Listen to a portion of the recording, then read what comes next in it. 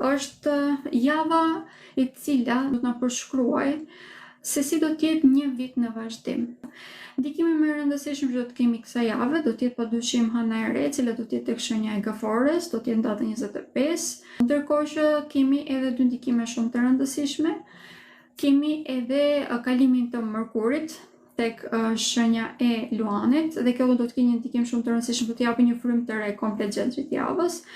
Do të kemi vazhdimin të këndit negativ midis Jupiterit dhe Saturnit dhe Neptunit, të cilët ndodhen tek shenja e Dashit, ndërkohë që Jupiteri ndodhet tek shenja e Gaforës. Tematika kryesore kësaj hëne të re do të jenë pikërisht zgjidhjet e problemeve që kanë të bëjnë me jetën tonë familjare.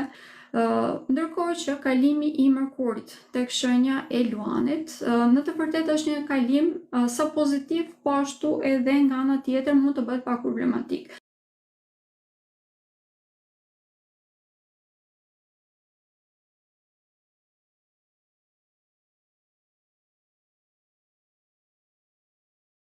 Mund të rrisin shumë edhe egon. Pra, në lidhje me natyrën, kjo është një javë që mund të jetë pakës më e vështirë se javët e tjera, sepse do të kemi një luhatje shumë të madhe. Mund të kemi furtuna që dalin menjëherë dhe në të njëjtën kohë pas 5 minutash koha mund të rregullohet menjëherë.